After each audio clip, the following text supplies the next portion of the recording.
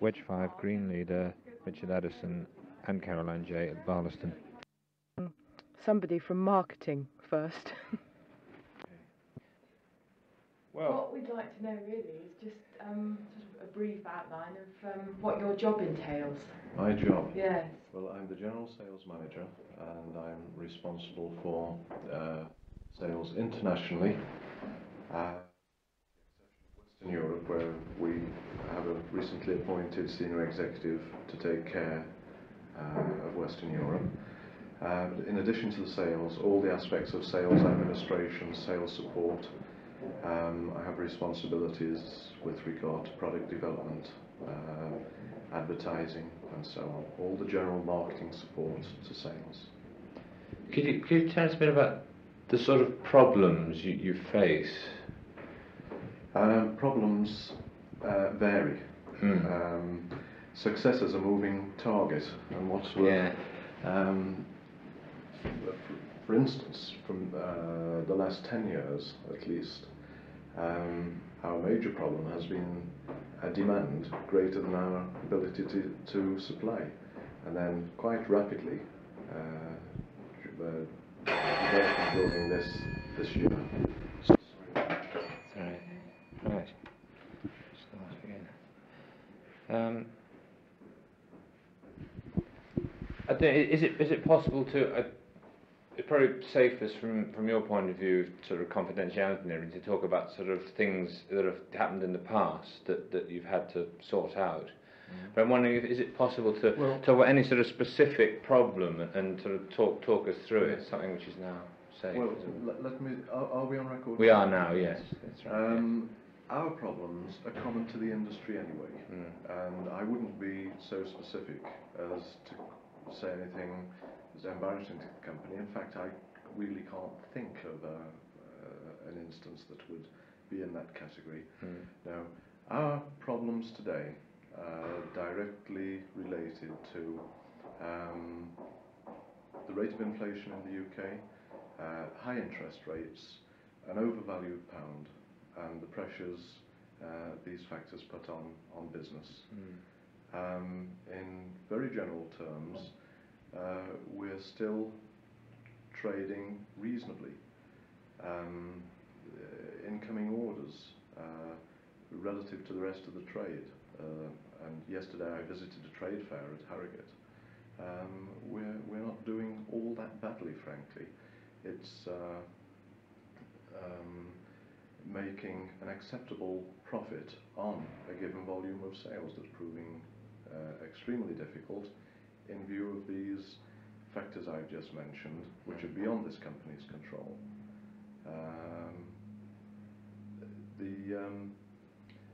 That's common to everyone in the industry. Is part of, presumably part of your work is opening up new markets, is it? Yes. How do you set about that? Well,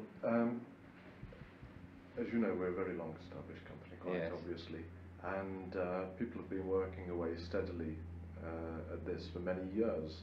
So in fact, the major markets were opened up and developed a long time ago. The US, Canada, Australia, Western Europe. And during the past few years, I've been concentrating on the other markets, and that needs qualifying. Such, for instance, the Middle East and the Far East, which are developing quite rapidly. I went to Japan 4 times between November 78 and November 79. Our business in Japan is going up at a terrific rate, I'm very pleased to say. In the Middle East, we're practically no business there until 2 years ago. In concentrated effort, I've spent about 12 weeks in the Middle East during the past 2 years. We're coming on very well indeed, and a whole series of Wedgwood shops are being opened. As maybe you've learned, Josiah Wedgwood started this whole shop thing with his London showroom. Yes. And you know about about our shops in the UK, well,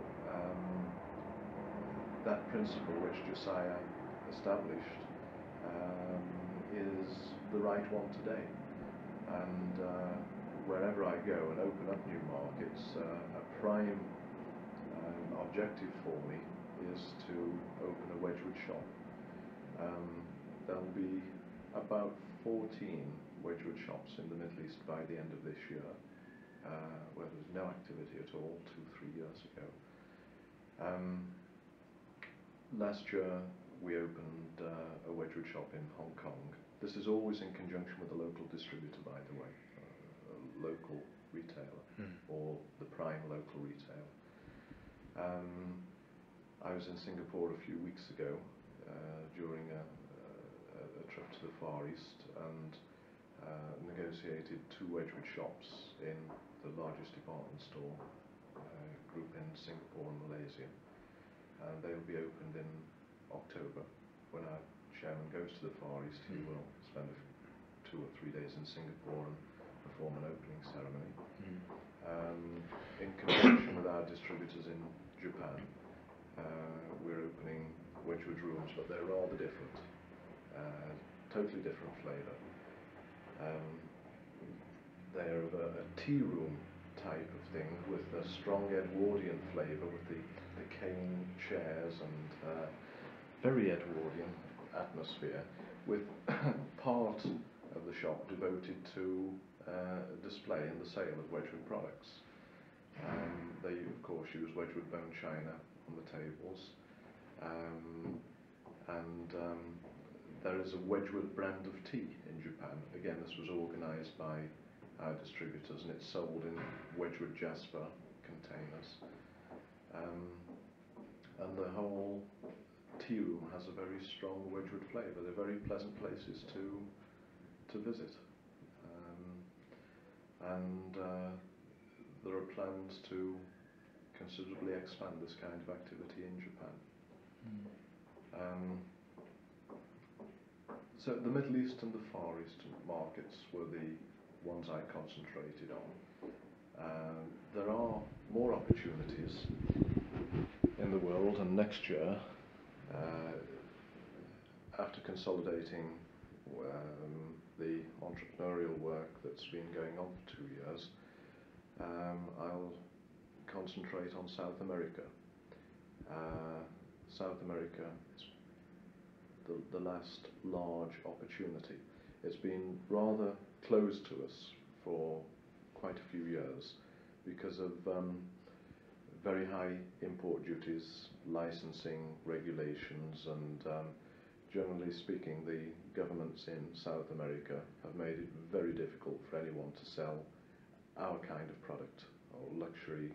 They would turn luxury products into South America, but their economies are improving. Their people want consumer goods of the same kind of quality as they see in Europe. And whereas a few years ago countries like Brazil, Argentina had import duties of 100% or even higher, they're reducing them now.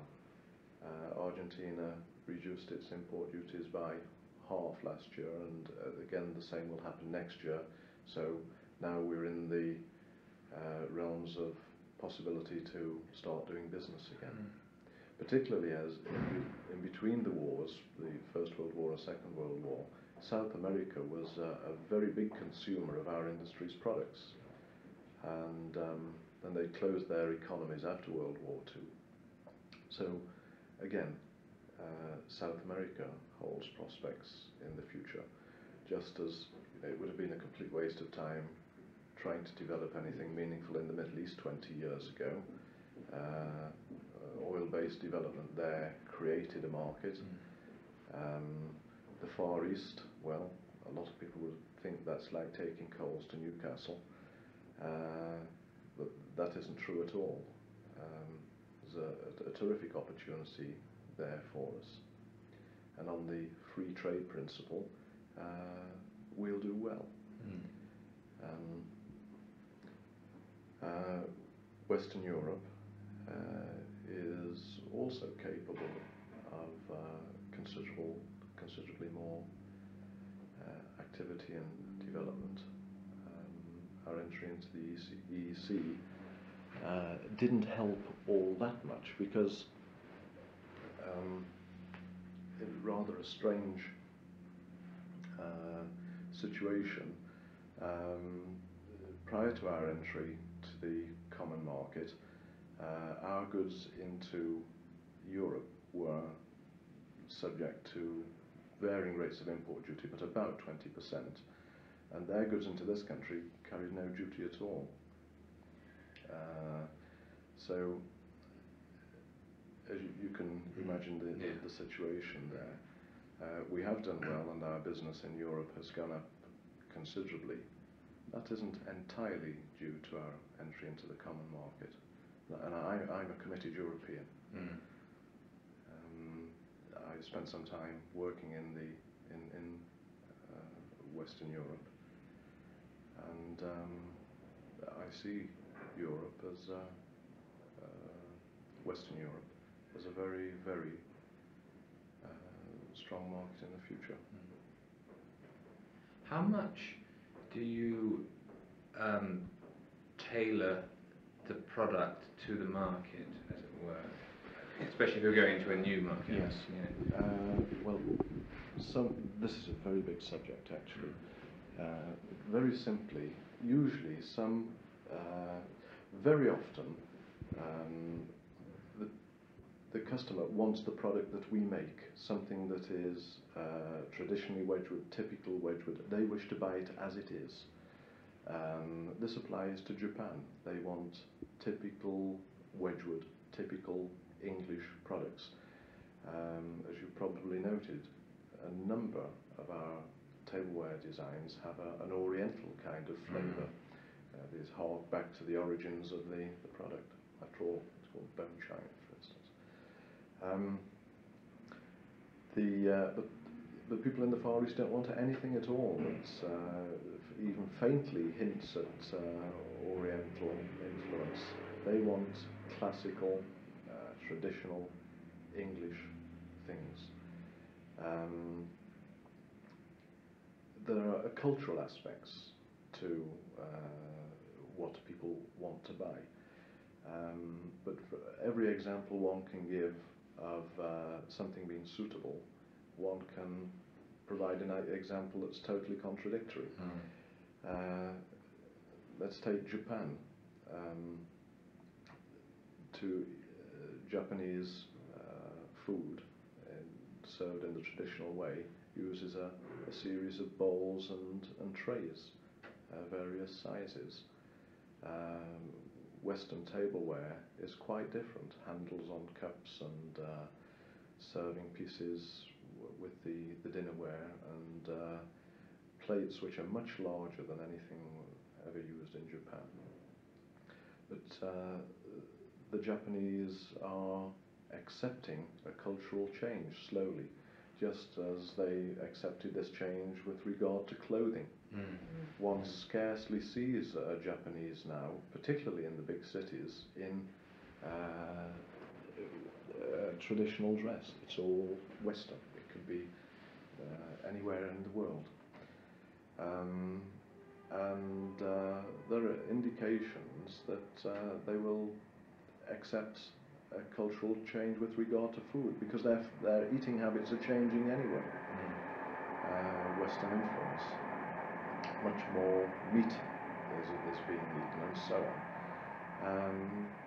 So the point I'm making here is that one might expect that we had to make a range of bowls and trays and so on suitable for the Japanese market in order to make a market entry successful. That wasn't the case. However, I can quote examples where one needs to do certain things to modify the product. It's usually related to sizes of things. For instance, in North Germany, you need a cup which is about 1/3 smaller than the average teacup. Otherwise, you're really not in business. By having this small cup, you need a small cream and sugar bowl to go with it. In Italy, if you haven't got a soup tureen and a large platter, you're just not in business, because their family eating habits demand these things. So if we do a design and we don't include a soup tureen, then you're wasting your time offering it in Italy, and so on. So there are many aspects of this nature. Are there any problems, or is that not your department anyway, in shipping goods, say to a long distance? The detailed aspects are not my concern, but getting the merchandise to the customer safely and efficiently is part of marketing, and therefore I'm very interested. And so I often find myself talking with customers abroad about methods of transportation, which is the quickest, safest, which is the best value, and so on. Which shipping lines are particularly efficient in a particular area. Some people are very good in the Caribbean, some are very good in the Gulf area, some are, they have their specialities anyway.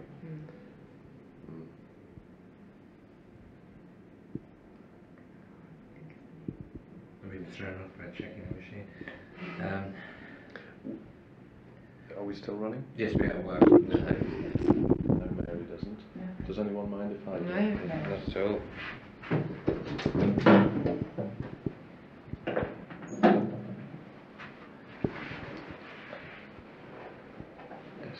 So, what proportion of your own time is spent in this office, and how much is spent elsewhere? Well, I've been spending about 4 months a year travelling abroad for the last 8 years or so. About 60% or thereabouts of our business has been done in the export markets, and this demands a great deal of travel. Not only the expanding of business into new markets, but to support the established business to keep it going, and to visit not only to visit distributors, but to visit retailers, and to spend time in the kind of shops that sell our products to keep up with what's happening in the marketplace. It's very important. So, who actually coordinates all the different organisations? Is that part of your job? Is it to actually coordinate what? Well, what is who actually is always aware of what's going on in the different markets? You know, what products are selling, what aren't selling, where there are problems. Is there one central person? Not really. This is done on a team basis. The senior salesman in the group is Fred Costabardi, and I suppose he's got the best overall look. Our chairman, you've probably heard, is extremely active in this respect, and he travels an enormous amount, and he seems to know what's going on very well, and asked me some very interesting questions.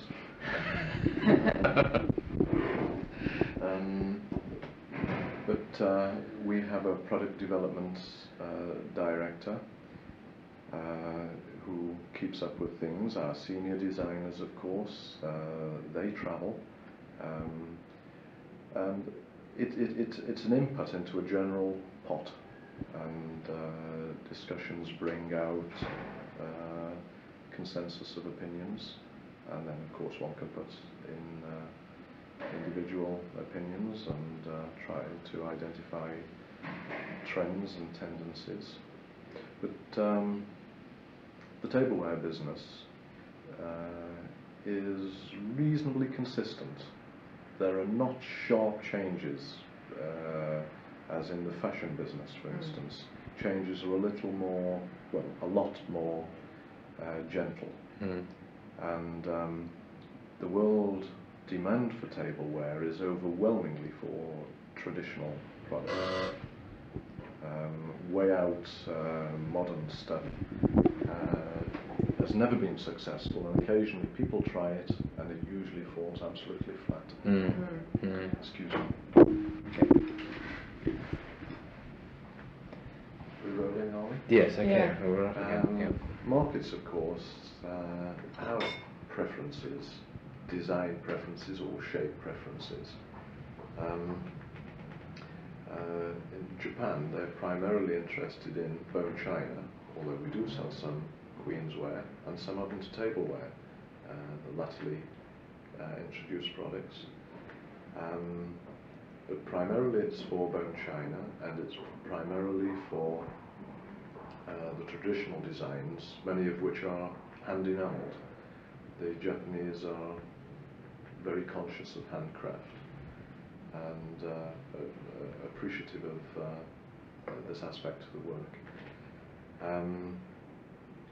The Middle East, the population is so mixed, there are so many expatriates there that it's like a world melting pot. Mm. Of course, there is a demand for the extremely rich and expensive designs from the local aristocracy, but otherwise a very strong demand from the market is for a general range of products. Again, primarily bone china, but some queensware and some up into tableware. Europe, where of course we've been long established, there is a very strong, healthy, expanding demand for queensware product developed by Josiah Wedgwood, who started exporting it very early in his independent career. For instance, in Holland, our Edme shape, I don't know if you're familiar with that, it's the cream-coloured ware with the fluted edge. A tremendous amount of Wedgwood Edme is sold in Holland. In fact, a household really doesn't consider itself complete until it's got a set of Edme. It's so well established and so long established. We've got a distributor in Holland who's been the family has been taking care of our interests for almost 100 years. Van Gelder Company. Western Germany, or Germany, queensware again, English fine earthenware is again something that the best households must have. It's like Persian carpets and French perfume. Englisches Steingut is something that the better homes would have.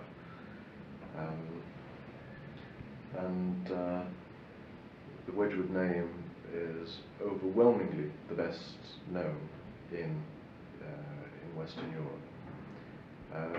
France too is a queensware market, a strong queensware market, the fine earthenware market. Italy is mixed. The Italian taste runs to the enamels and the elegant traditional designs. They're very tasteful people, the Italians. And we read a lot about their economy being in bad shape, but our sales to Italy have been very good, very steady for a long time. Some of our patterns are named Florentine, for instance. Wedgwood was influenced by early Italian things as well as early Greek things, and extremely well known, well established in Italy. Scandinavia, well, we're talking really about a very small population, but we do have a very good share of the available market. However, there is something of an exception in Scandinavia. They do tend to have a preference towards more modern things. Everyone knows Scandinavian design is synonymous with modern, contemporary, highly stylized things. The American market is again almost a formula.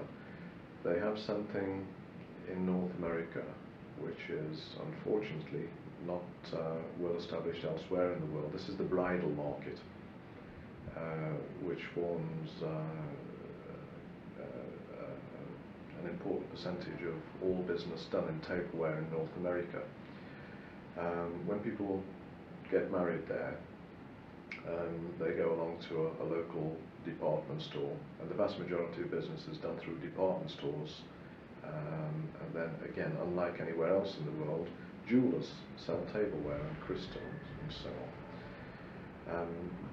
They go along to either their department store or other local stockist, and they choose the tableware they want, the crystal and perhaps other household things, and write lists, and then their friends and family go along and purchase items to make up that list. And it's in total, it's an absolutely enormous business. And this kind of the pattern usually chosen is something very pale, patterns which really don't make firm statements. Patterns like our Belfleur and Westbury and Silver Ermine, which is white on white.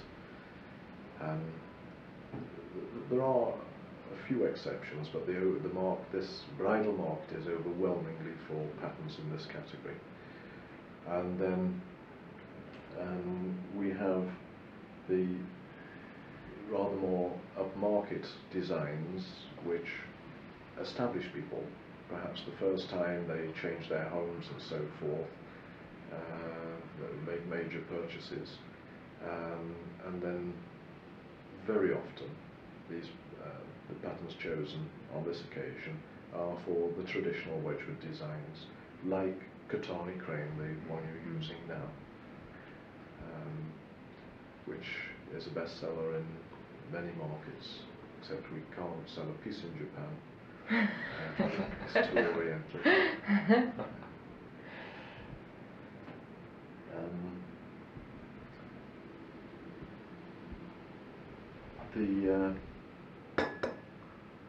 The home market, we haven't talked about the home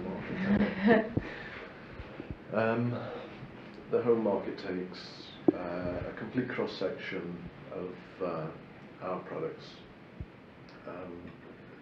Not only do we have the indigenous demand, but we have 10, 11, 12 million tourists a year visiting the country, and their purchases strongly influence our sales,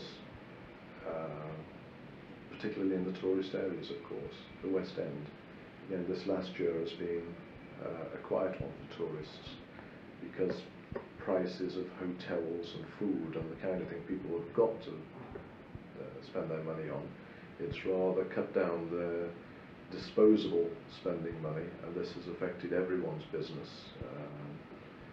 Not to a disastrous extent, but it's certainly cut it down significantly.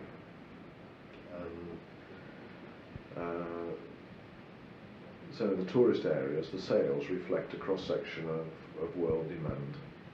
During the last few years, the Europeans have become very important tourist buyers.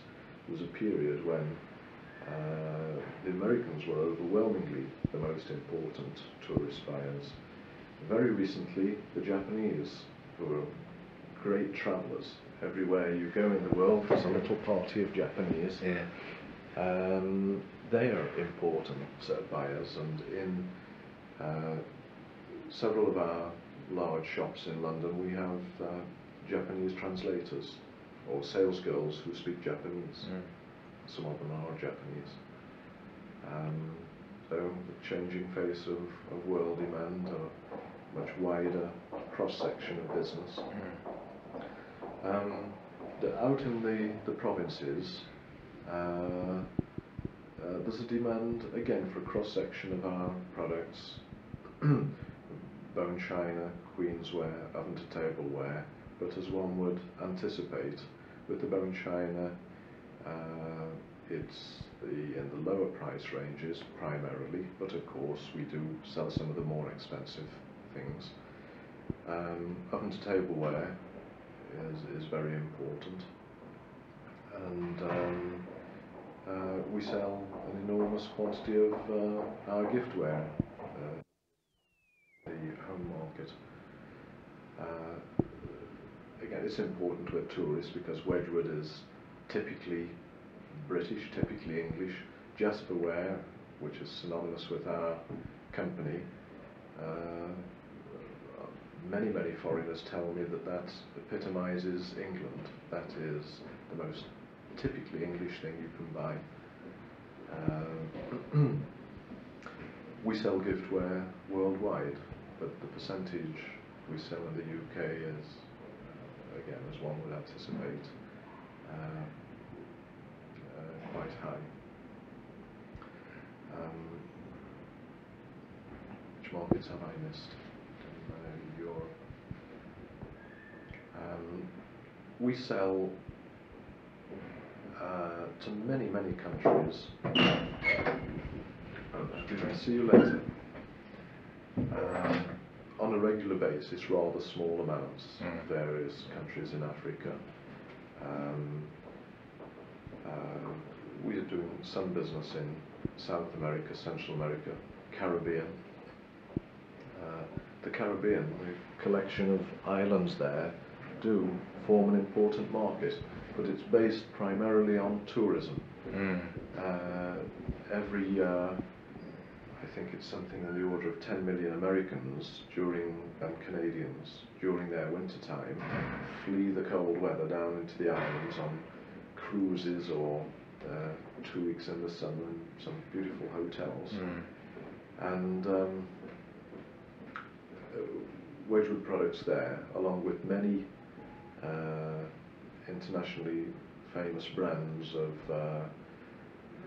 products, not just tableware and crystal, but watches, lighters, and the duty-free type of merchandise, have made it an important duty-free market in the world. And prices there are generally 25, 30, 35% below North American prices, and so this is a tremendous incentive for the tourists to buy. And so these people pouring through these islands during the winter months in North America buy a considerable amount of merchandise. Do you divide the overall production of the firm into specific categories, in the sense that certainly in Josiah's day it was between useful wear and ornamental wear? I mean, is it sort of prestige wear and whatever you call it, useful wear, I suppose, nowadays? Utilitarian, whatever. That's a difficult one to answer, because you see some people would buy expensive tableware as displayware. Yes, that's an extremely difficult question to answer. We hope that as far as possible and as widely as possible, our products will be used and enjoyed, and not just stuck into china cabinets and so forth. We believe the product should be used as far as possible. If it's a vase, use it. If it's a cup and saucer, don't put it into the china cabinet, but take the pleasure of using it. I've got a collection of some of our better teacups and saucers at home, and tea does taste nicer from a beautiful bone china teacup. Quality of life. Yes. The actual prestige lines, or like the Portland vase replicas. How does the system work there? Do people come to you with orders for those, or do you actually go to them? Both things happen. If you know, it's our 250th anniversary of birth of Josiah. Well, we developed that range of products. Have they seen them, Mary? Yes, I think so. Yes, we have. Yeah. Well, the company put that list of items together, again by discussion with our design development committee and so on. And for such projects as the silver anniversary, the Queen's silver anniversary, something like a coronation, the company would decide on the range of products to cover the market comprehensively, from the expensive limited edition to the small commemorative tray, perhaps selling at £1, to give just about everyone the opportunity to buy, and also to appeal to the collector. Sometimes these days could almost have to be an investor also.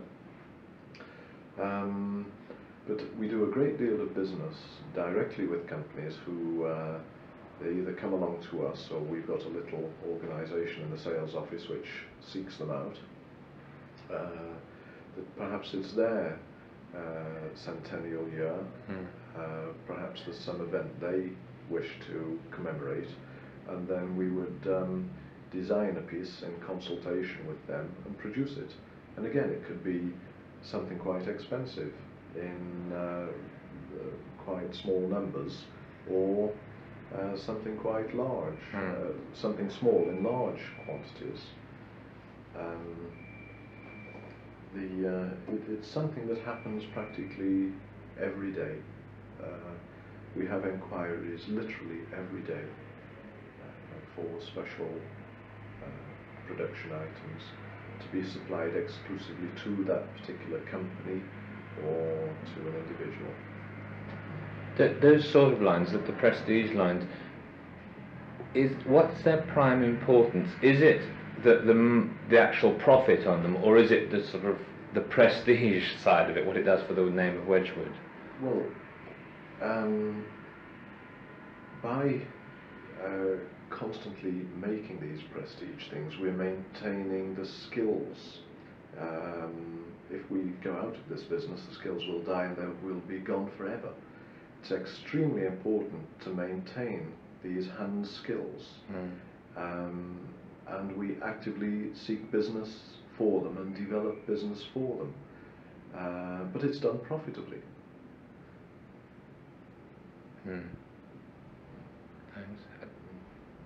I think I've asked what I want to Yes, ask. I haven't got it there. Okay. Thank you Well, very thanks much. very much indeed. Thank you. Smashing. It's a pleasure. Thanks, May I thanks. just say something spontaneously? Do you want it on or off? Off. Right. That was Mr. Lovatt, General Sales Manager. Well, I suppose the first question is, what is work study really? I mean, what does your job entail?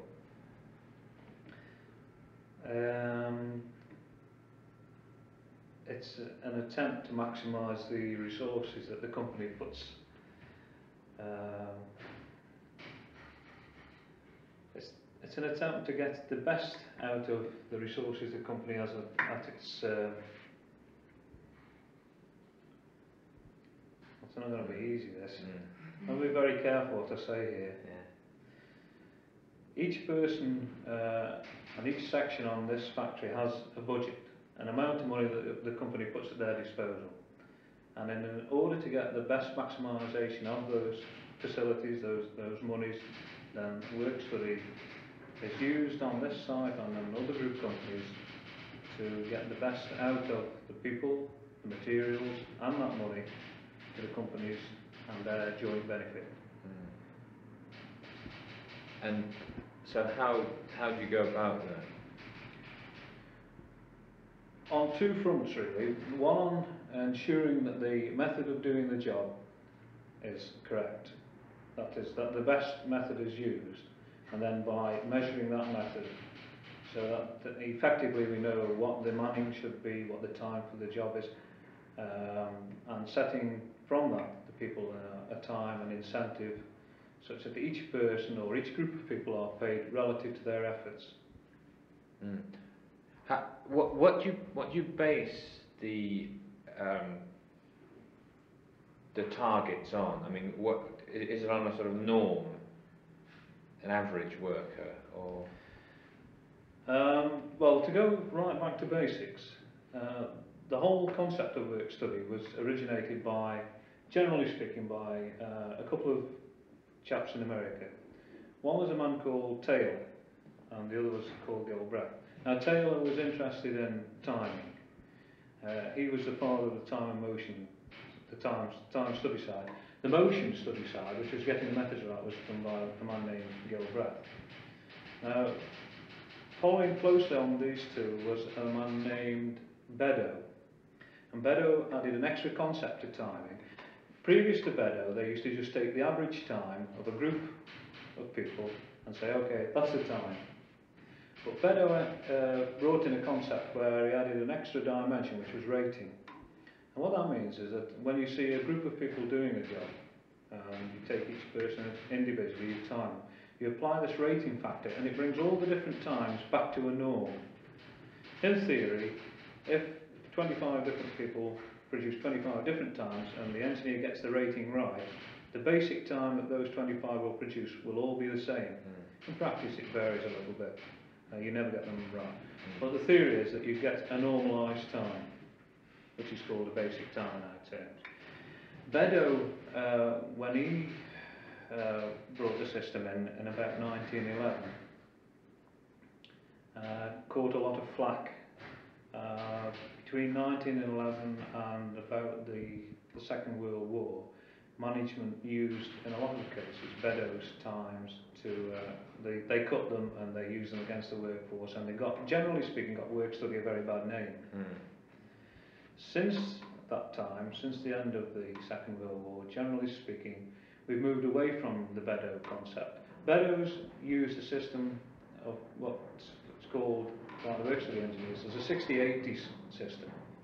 And I don't want to bog you down with the detail of that, but we've moved away from 60-80 system to a British standard system, which is we now use on this factory and this group of factories on a scale of 0 to 100.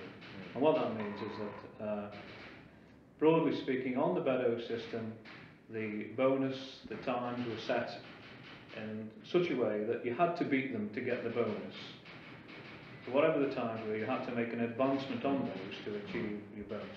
The system that we use, the bonus rates are set at an incentive rate. Basically that's the difference. We're on what we call the 0 to 100 scale, Beddoe's was on a 60-80 scale. But it's a matter of getting the method right, having settled the method, the best way of doing it, the most effective way of doing it, then you measure the job and you set it out. And I would, an incentive in the form of a cash prize, and give someone 15 shillings a bucketful, if that's what you deem necessary, or you can give them a time for doing it. It all boils down to an incentive based on some measurement of time. It doesn't matter how you set it. You can set it in money, you can set it in a stint, you can set it how you like. But the whole concept is derived from the time taken on the shop floor with either a stopwatch, generally speaking, which is what you would probably see, people using a stopwatch, but there are other methods. PMTS methods, which are predetermined motion time systems. That is, films are taken of different operations, they're analysed, and the reaches and the grasps, the reaching and getting things, are measurable with tapes, and you can calculate then from those synthetic data what the time is. There are all sorts of different ways of arriving at a time. So what about the motion side of it then? Is that your sort of ideal method of producing something based on the work of a sort of master craftsman, or in this case, or whatever? The ideal way is to set the method first. Obviously, if you don't get the method right and you time a wrong method, the master craftsman, as you term, would sooner or later cut that method. And of course would cut the time. you find that all the times will go loose. So you've got to find the best effective method for doing the job. And there are lots of ways of doing that. Normally by analysis by us, but by taking opinions of craftsmen, people who have been doing the job for a long time. But you will always find, no matter what method you set, that sooner or later someone who's doing the job continuously will think of some way or other of beating that method. But it's normal to set the method and write it down in a specification somewhere, such that it's then known at a later date that the time that you've produced for that method is tied in with that method. And that if there's any change from that method, it means it's got to be retimed.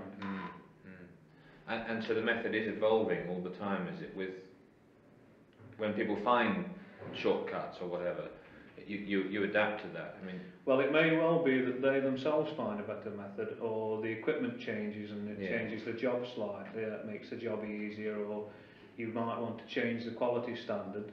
In our case, the quality standards are fairly high, and we're always trying to achieve better quality standards. If the quality standard changes, then it may well be that we need to go in and re-evaluate it.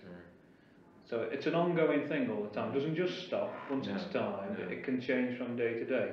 The schemes that are produced for the operatives generally have a clause in them saying that should there be a change in the methods, the means or the materials, then the work study department would retain the right to reserve the right to go back and remeasure. Does your work involve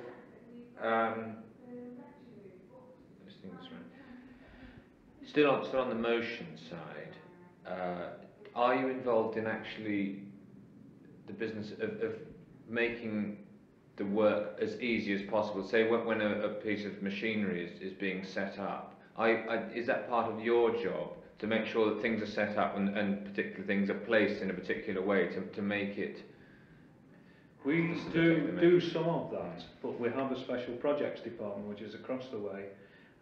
Generally speaking, major developments on factories, the physical building of the factory and the new equipment additions to those are generally done by the projects engineering department. If they haven't got them in the right positions, if something of a conflict later, because we have to have them changed round. Unless it is that a machine is going to be permanently fixed in a location and there's nothing we can do about it, we would try and get it changed to the best position, the best method. We would hope that they get that right first time. It used to be a part of this department a long time ago, but no longer is. Small method changes within a small working environment we would do ourselves. Generally speaking, they are involved in the erection of new buildings and the introduction of new large-scale equipment. Now, you mentioned before about through Beddoes work study got a lot of flack. Would you say you're still in a slightly controversial area as far as the actual workers are concerned? We still suffer from, especially with some of the older operatives who can remember just after the war, we still suffer from some of the after effects of what happened with Beddoes and Beddoes contract engineers and what the management of the day did with what he produced. And you still hear people from that era calling this time and motion. That's rather sort of touchy towards the modern day work study engineers. They prefer work study without the S in the work, and time and motion is suggests something like rhythm and blues or something like that.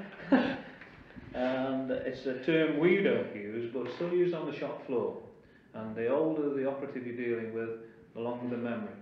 And we do still suffer from suspicion, and people are resistant to change, even work study engineers. And work study does mean change, always means change.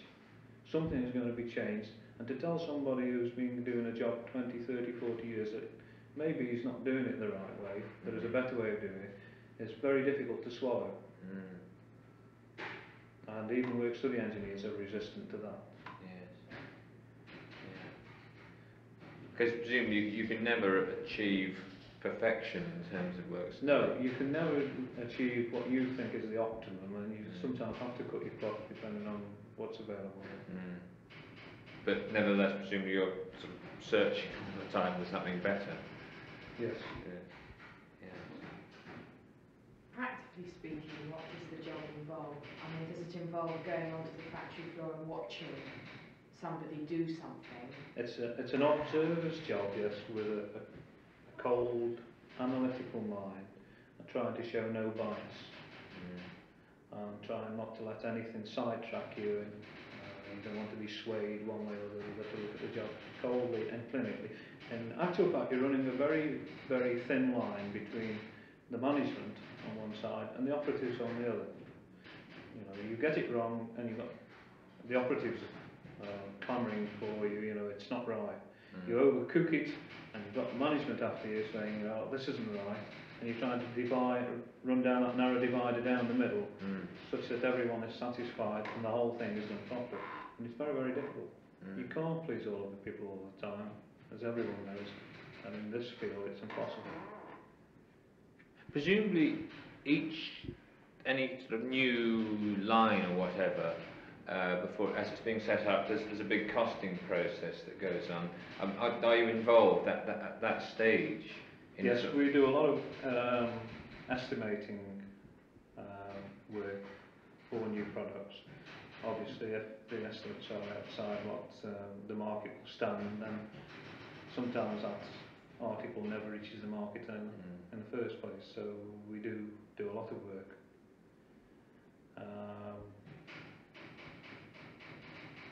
We take into account the fact that it is an estimate, and we usually ensure that everyone's quite clear about the fact that it's an estimate, because when it does eventually hit the shop floor, it will have to be measured properly under normal working conditions. With estimates, obviously, you're not going to get those conditions, so you are making an intelligent, educated assumption, guess, if you like, in some circumstances. So, see if I got this right. You presumably there's a sort of basic rate rate of money to time, which you sort of go through your whole work, and you have to relate the actual operation, the individual operation, to that in some ways. Is that it? Right. Well, the industry is governed by the Ceramic Industry Wages Structure Book, which sets out occupational groupings for workers. That is, it's broken down such that people fall into various occupational groupings, and by negotiation with the manufacturers, it's decided what the basic rate is going to be for a day worker, and what the middle 60 or the basic rate is going to be for piece workers, and those are minimums. So anything that we produce has got to yield those as a minimum. Yes. As a federated member of this group of companies, we are bound by the rules in that. So we must ensure, especially with piecework schemes, that they yield the base plus a third rates in there as a minimum. The intention is that they will always yield above that. Yes. So with getting out of your department in a way, but an individual worker's wages is there a sort of basic over which you get plus the piece rate, or is it just the piece rate on an assumption that you will use a certain? Well, it changes from year to year depending on negotiations, but for the last few years they've had a supplement. It's called a supplement at the end of their wages, which is a fixed portion depending on the number of hours that they work. Yeah. Then we're talking now purely of piece workers, then the rest of the wage is made up from their piecework rate. Down to a level that I just explained, they must not sink below. Yes, that's right. So the normal piece worker will get his piecework earnings plus his supplement, and the supplement is fixed for everyone in the industry, no matter which occupational grouping they fall in. At the moment it's 67 pence an hour, and for every hour that you clock on, then you receive that payment in addition to your piece work earnings. Day workers don't get the supplement, they get a straightforward basic hourly rate for the number of hours that they're here. But you're not only involved, your work isn't only involved with pieceworkers, obviously, although that presumably is the most, that must take up most of your time, doesn't it, working? Well, to increase productivity, we would want to put everyone on piecework. Yeah. Even day workers have some form of incentive from time to time.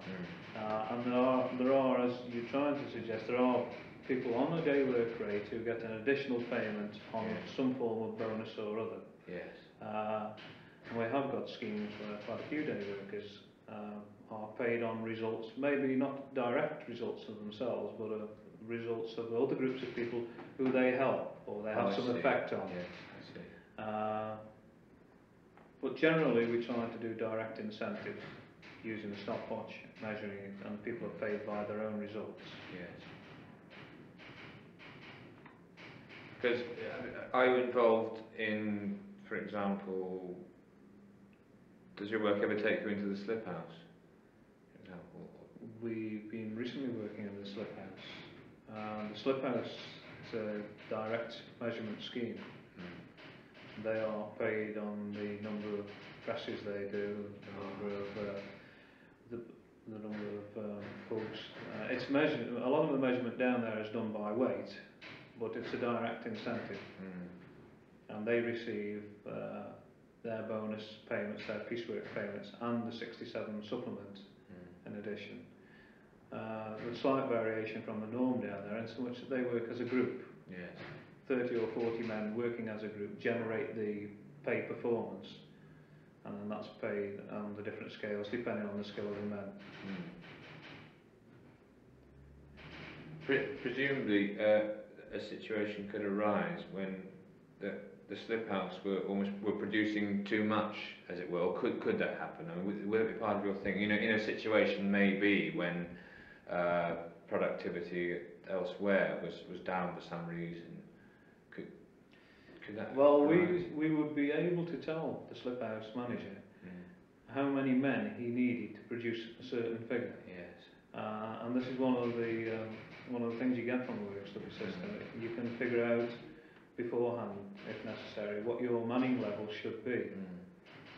They wouldn't overproduce or shouldn't overproduce. They should alter the manning levels. It might mean transferring some men out because they only need 30 instead of 35 this week. Yes.